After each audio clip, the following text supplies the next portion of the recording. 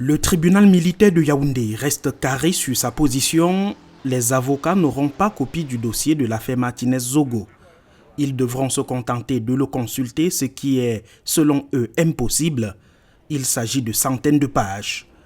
En rejetant une fois de plus la demande d'accès au dossier ce 6 mai 2024, la posture du tribunal inquiète.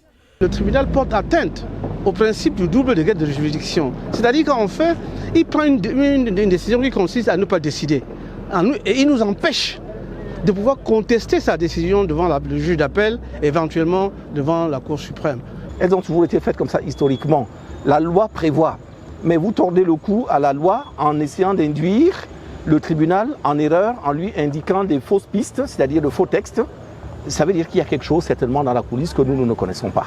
Le président du tribunal militaire, Jacques Baudouin Missédione, et le ministère public s'appuient sur l'article 413 du Code de procédure pénale camerounais qui n'a pour les avocats rien à voir avec le droit d'accès au dossier.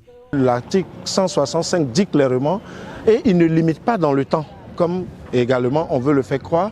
On ne dit pas que c'est juste pendant la période d'instruction qu'on a ce droit, c'est à partir du moment où on est inculpé et qu'on est dans l'information judiciaire, une fois que le procès continue, mais à tout moment, on devrait avoir le droit de faire la copie du dossier, justement. Si la demande de levée des copies du dossier n'est pas finalement acceptée puisque d'autres exceptions ont été soulevées, les avocats n'entendent pas céder.